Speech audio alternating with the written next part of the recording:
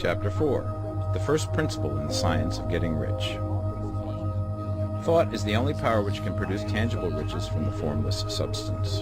The stuff from which all things are made is a substance which thinks, and a thought of form in this substance produces the form. Original substance moves according to its thoughts. Every form and process you see in nature is the visible expression of a thought in original substance.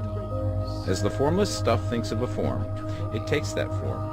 As it thinks of a motion, it makes that motion. That is the way all things were created.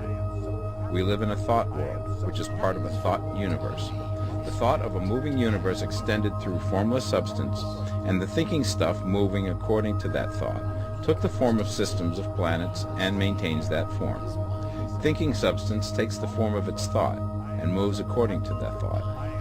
Holding the idea of a circling system of suns and worlds, it takes the form of these bodies and moves them as it thinks. Thinking the form of a slow-growing oak tree, it moves accordingly and produces the tree, though centuries may be required to do the work. In creating, the formless seems to move according to the lines of motion it has established. The thought of an oak tree does not cause the instant formation of a full-grown tree, but it does start in motion the forces which will produce the tree along established lines of growth. Every thought of form held in thinking substance causes the creation of the form, but always, or at least generally, along lines of growth and action already established. The thought of a house of a certain construction, if it were impressed upon formless substance, might not cause the instant formation of the house, but it would cause the turning of creative energies already working in trade and commerce into such channels as to result in the speedy building of the house. And if there were no existing channels through which the creative energy could work, then the house would be formed directly from primal substance without waiting for the slow processes of the organic and inorganic world.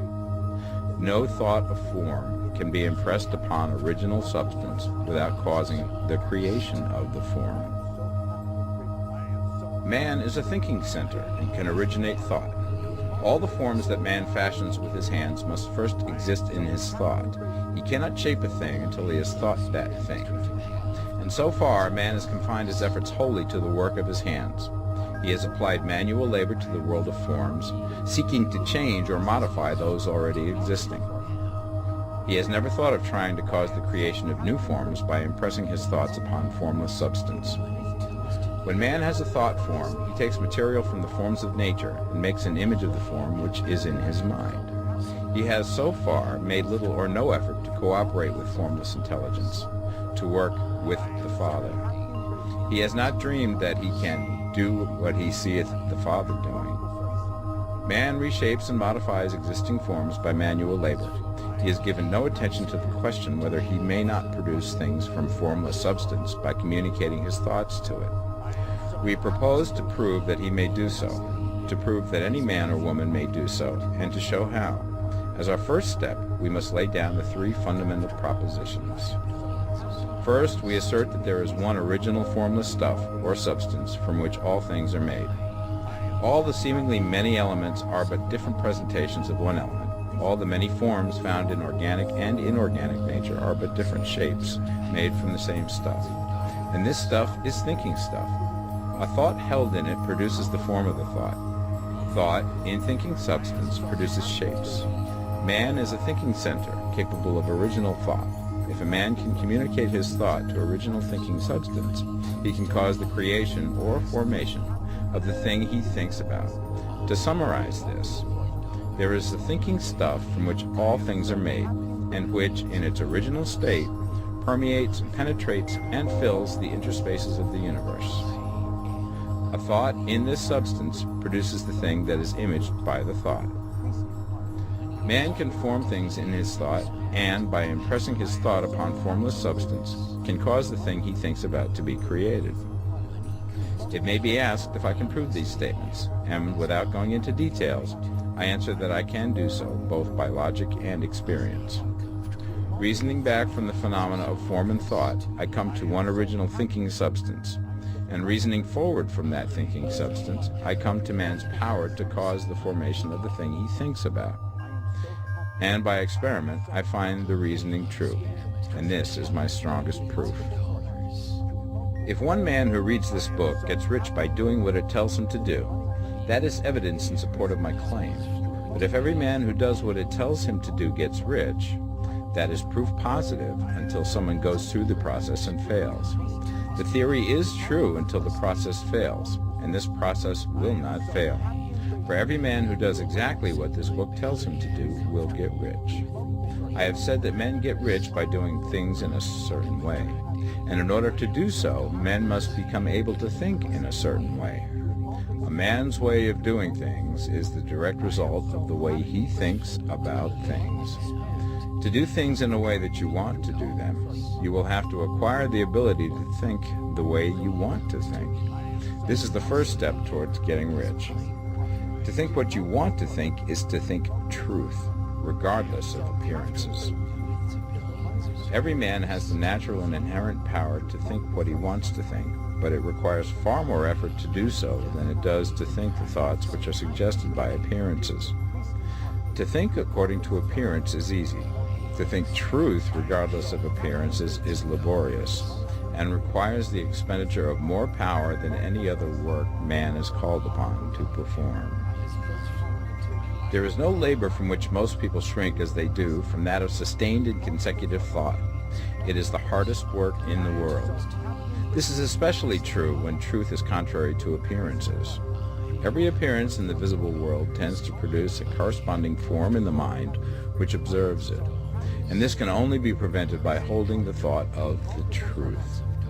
To look upon the appearance of disease will produce the form of disease in your own mind and ultimately in your body, unless you hold the thought of the truth, which is that there is no disease.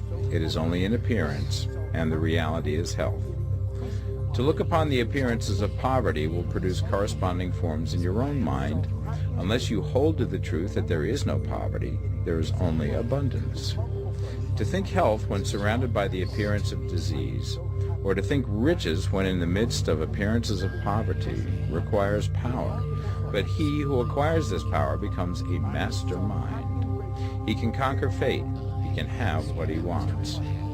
This power can only be acquired by getting hold of the basic fact which is behind all appearances, and that fact is that there is one thinking substance, from which and by which all things are made.